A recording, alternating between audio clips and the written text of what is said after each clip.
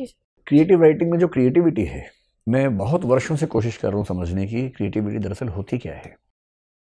क्योंकि artificial intelligence के दौर में अब मनुष्य के पास अपनी इज्जत बचाने का एक ही रास्ता बचा है कि हम क्रिएटिव हैं जी सर। और कंप्यूटर्स या मशीनें क्रिएटिव नहीं है।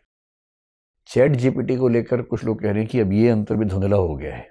पता नहीं सच बात है कि गलत बात है, आप बता पाएंगे बेहतर। तो मुझे सिर्फ ये बताइए कि क्रिएटिविटी क्या है और कोई राइटिंग कब क्रिएटिव बनती है। सर, क्रिएटिविटी से मूल आशय नए विचारों या नई संभावनाओं की खोज करना है, जो कम्युनिकेशन के फील्ड में, एंटरटेनमेंट के फील्ड में या प्रॉब्लम सॉल्विंग के फील्ड में मनुष्य के सहायक हो सकती है।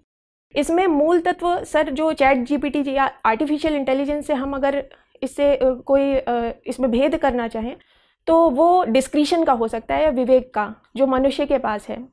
और इसके अतिरिक्त सर लॉजिकल रीजनिंग की भी बात है, वो मुझे लगता है एआई की अपेक्षा मनुष्य के पास अधिक है। लेकिन मनुष्य आपने लिया जो 3 लाख साल से इवॉल्व हो रहा है, और चैट जीपीटी को लिया जो 3 दिन से इवॉल्व हुई है, फिर तो थोड़ा समय तो दीजिए उसको। ये सर इवोल्यूशन तो उसका होगा, लेकिन जो डिस्क्रिशन है मनुष्य के सहायता के लिए और मनुष्य जाति के उत्थान के लिए एक विवेकपूर्ण निर्णय लेने की जो शक्ति मनुष्य के पास है, वो मुझे लगता है एआई के पास नहीं होगी।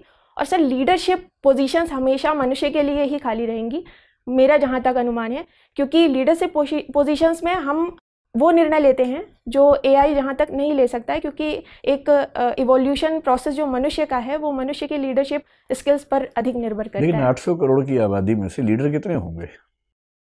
8 लाख मान लीजिए सब मिला के, बाकी सब